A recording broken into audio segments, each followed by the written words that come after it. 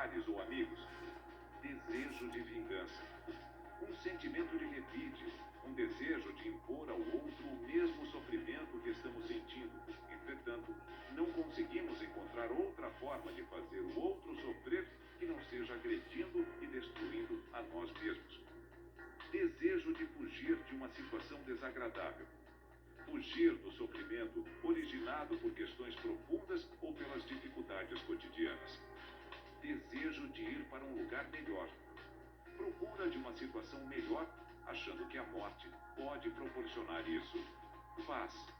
A morte pode ser vista, em certas circunstâncias, como uma forma de encontrar a paz. O sentimento de angústia e dor em uma pessoa que pensa em suicídio é muito grande.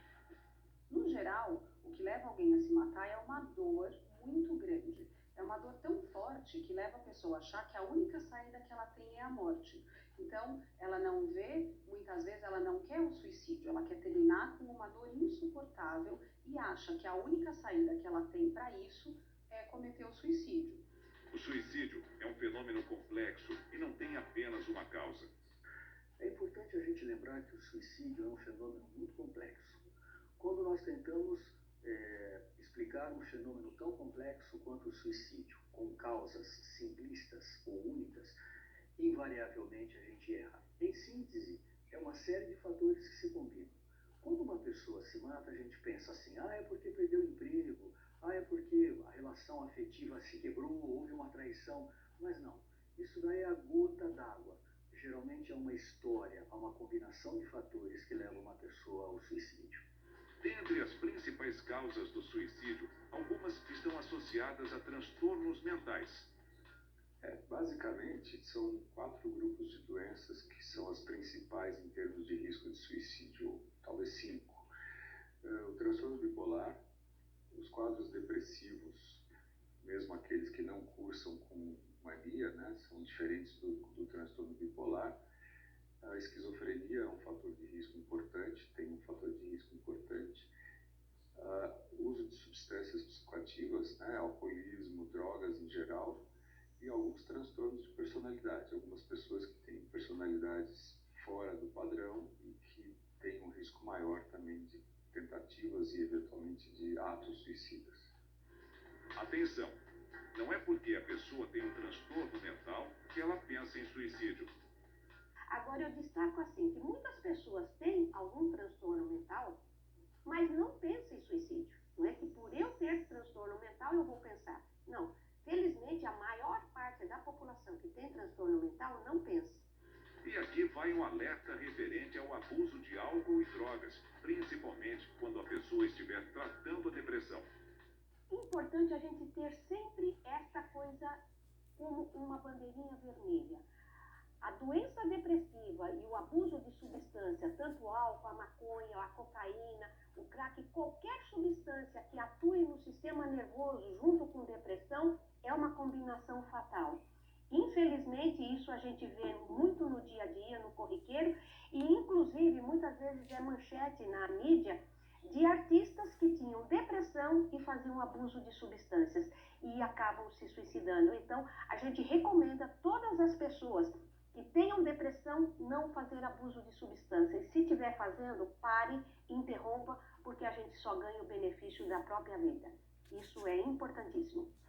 O componente genético também pode influenciar nas causas do suicídio. Quando nós examinamos uma pessoa, sempre é natural que a gente pergunte de familiares, se já houve algum familiar, seja os pais, avós, algum primo, alguma família, se houve suicídio na família. Por quê? Tem um componente genético muito importante. Independente de uma doença mental, os componentes genéticos para o comportamento suicida já existem. Já temos mais de 40 genes localizados ligados ao comportamento suicida. Então, a genética é importante. Agora, não quer dizer aquela pessoa que esteja nos ouvindo, que teve um familiar que morreu por suicídio, que ela está fadada a ter o mesmo. Às vezes, herda o gene, mas ele não se manifesta se assim ela tiver fatores de proteção. Mas, sem dúvida, a gente considera muito importante a genética presente no comportamento suicida. A pessoa que quer cometer um suicídio geralmente dá alguns sinais, que podem variar de pessoa para pessoa. Algumas deixam suas intenções claras, enquanto outras mantêm os pensamentos suicidas e sentimentos ocultos. Algumas pessoas com comportamento suicida dão avisos, que é o que a gente chama de sinais. A questão dos sinais é que muitos desses sinais só fazem sentido depois da morte, então eles não são tão simples de serem observados. Os sinais de alerta de suicídio ou pensamentos suicidas incluem falar sobre suicídio. Por exemplo, fazer declarações como "eu vou me matar", "eu gostaria de estar morto" ou "eu queria não ter nascido". Abandono de planos futuros, desesperança. Obter os meios para tirar sua própria vida. Isolar-se do contato social e querer ficar sozinho. Apresentar mudanças de humor e alterações de personalidade. Se mostrar muito preocupado com a morte. Sentir-se preso ou sem esperança sobre uma situação. Mudança no padrão de uso de álcool ou drogas. Mudança importante da rotina normal. Fazer coisas arriscadas ou autodestrutivas. Despedir-se das pessoas como se não fosse vê-las novamente. Postar em redes sociais mensagens pessimistas e de despedidas. Geralmente, a família e amigos acabam se sentindo culpados por não perceberem esses sinais. Uma coisa que era importante que a gente destacar é que a gente não pode aumentar a culpa de quem sobrevive, que é um parente ou um amigo, por não ter percebido. Porque, às vezes, a gente só consegue juntar tudo isso, esses cacos todos que foram deixados pelo meio do caminho, depois. E isso impacta muito os familiares e os amigos depois. Né? Então, esse peso a gente deveria ter o cuidado e o carinho de não carregar mais, porque ele é muito doloroso. A família nunca deve se sentir culpada, mas a família sempre se sente culpada. Não só a família, como as pessoas próximas daquele que se matou. A família também terá de aprender a lidar com o luto. O luto é muito individual e a gente precisa pensar que o luto não é ruim. Ele é um processo para a ressignificação de uma perda. Então, cada pessoa deve observar o que ajuda e o que piora o seu processo de luto.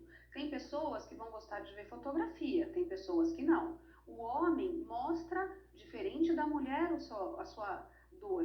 Né? Isso também precisa ser visto na família. Vamos ver uma orientação de como abordar o suicídio com as crianças. Eu sempre acho importante as crianças saberem a verdade, porque senão elas acabam sabendo do suicídio por outra pessoa. E hoje em dia, com as redes sociais, às vezes ela encontra até foto desse suicídio e vídeo desse suicídio.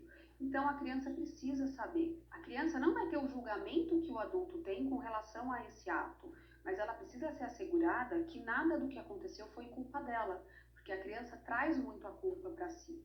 Com a criança, a gente sempre trabalha primeiro o que é morte, porque muitas crianças não sabem nem ainda o que é morte, dependendo da idade. O que é luto, quais são os sintomas do luto, o que ela pode esperar dentro desse processo e que isso vai passar. E também como ela pode honrar a memória daquele que foi embora de uma forma bonita. Para quê? Para que a forma como ele viveu seja mais importante do que a forma como ele morreu. E aí você, na família, ensina essa criança que é possível falar sobre sentimentos, que nós podemos conversar uns com os outros quando estamos tristes e mais, que ela tem outra saída que não seja o suicídio se ela estiver numa situação difícil. Para diagnosticar o risco de suicídio, é necessário a avaliação de diversos fatores. Bom, o diagnóstico de risco de suicídio a gente faz comumente nos quadros psiquiátricos. Faz parte do trabalho do psiquiatra, quando ele avalia um paciente, medir qual é o risco que aquela pessoa tem para se suicidar. Principalmente nos quadros que a gente já sabe que o risco é mais elevado, né? Principalmente os quadros depressivos. Nesse contexto, faz parte da entrevista você perguntar sobre esses riscos e como é que a pessoa está, o que ela está querendo, como é que ela está pensando isso, e já é digamos, uma coisa da expertise psiquiátrica, mas faz parte fundamental. E quando você faz essa avaliação, você meio que determina, sente, né, capta qual é o risco, se é maior ou menor. E dependendo do grau do risco, muitas vezes é uma das poucas situações onde a gente interna o paciente involuntariamente. Você tem a obrigação de conversar com a família, dado que aquela pessoa está com um risco de se suicidar alto, e o que se pode fazer de melhor é colocá-la num hospital psiquiátrico, numa enfermaria com vigilância 24 horas para começar o tratamento, e à medida que a pessoa melhora, o risco de suicídio naturalmente vai caindo, vai diminuindo. Quando ela sai da depressão, em geral, o risco de suicídio desapareceu. A avaliação da ideação suicida também deve fazer parte do dia a dia dos profissionais de saúde. É importante que todos os profissionais de saúde tenham pelo menos aí 10, 15 minutos por dia na vida para pensar e refletir sobre o suicídio. E como a gente pode fazer isso? Se nós pensarmos que 60% das pessoas que se mataram tinham passado por um serviço médico, nós temos que alertar os médicos de todas as especialidades sobre isso. Felizmente, a maioria dos casos de suicídio podem ser prevenidos. O suicídio pode ser prevenido, eu não tenho a menor dúvida, mas a gente não pode confundir prevenção com previsão. Nós podemos prevenir muitos suicídios e falar abertamente vai ser o primeiro passo. Então, a gente poder falar, nós termos acesso a serviços de saúde mental que deem conta dessa demanda, são fatores fundamentais. As principais abordagens para se prevenir o suicídio são através de medicações, caso tenha alguma doença envolvida, ou através de ajuda psicológica. Dependendo de qual for a causa, você vai trabalhar com alguns tipos de medicações. Por exemplo, se ela tem depressão, você vai tratar essa depressão. Existem medicações antidepressivas para isso. Se foi alguma coisa causada por uma questão mais da rede social, ou alguma situação de crise familiar, a intervenção provavelmente não será medicamentosa, ou não será só medicamentosa, vai envolver atender a família, orientar a família, trabalhar do ponto de vista psicoterápico com essa pessoa que fez a tentativa. Enfim, vai depender muito de cada circunstância e do peso de cada risco, né? Cada fator de risco, o peso que cada fator de risco tem naquela pessoa, para a gente poder pesar ou de alguma forma equalizar que caminhos a gente vai seguir. E atenção! Se você está fazendo o tratamento, nunca pare por conta própria. Converse sempre com seu médico. Falar é uma grande contribuição para prevenirmos o suicídio. Se você quiser saber mais sobre o suicídio ou precisar de ajuda, anote algumas dicas. CVV, Centro de Valorização da Vida. Site cvv.org.br. Telefone 188.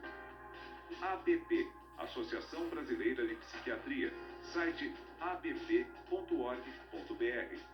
ABEPS, Associação Brasileira de Estudos e Prevenção de Suicídio. Site abeps.org.br. Instituto Vita Alegre de Prevenção e Pós-Venção ao Suicídio. Site vitalegre.com.br. CAPES, Centro de Atenção Psicossocial. Site portal.saude.gov.br. O tema suicídio ainda carrega muito preconceito na sociedade. O suicídio ainda é um assunto tabu, um assunto cheio de não fale, não pode falar, não pode dizer, e na verdade a gente sabe que é ao contrário. Quanto mais se falar sobre suicídio, quanto mais se der abertura para que as pessoas falem de suicídio, mais nós vamos fazer prevenção, mais nós vamos salvar a vida. A escola também deve estar preparada para abordar o tema. O professor, quando ele está na sala de aula, ele consegue enxergar quem está sofrendo. Se ele tiver um olhar um pouco mais aberto, ele conhece os alunos dele, ele fica um ano inteiro com os alunos. Ele consegue perceber quem não está bem ou quem está bem. A escola tem sido chamada meio à força para interferir no comportamento suicida dos adolescentes, seja na escola primária, no ensino fundamental, seja aí no ensino médio. Porque hoje está cometendo todo mundo e de uma tal velocidade que os professores, os pais, os diretores de escola estão tendo que correr para ver como pode ajudar. O suicida é uma pessoa que se sente sozinho, mesmo estando com várias pessoas ou com a família. Ele precisa de ajuda. Ele precisa de alguém que o escute, alguém para desabafar, alguém que não o julgue, alguém em quem confiar, alguém que o respeite, alguém que esteja disponível, alguém que o descontraia e o deixe tranquilo. Se você não se sentir apto a ajudar uma pessoa que está pensando em suicídio, a conduza para uma ajuda especializada. Nós não podemos nos iludir com a ideia de que conclamando a pessoa a procurar ajuda, ela vai procurar ajuda.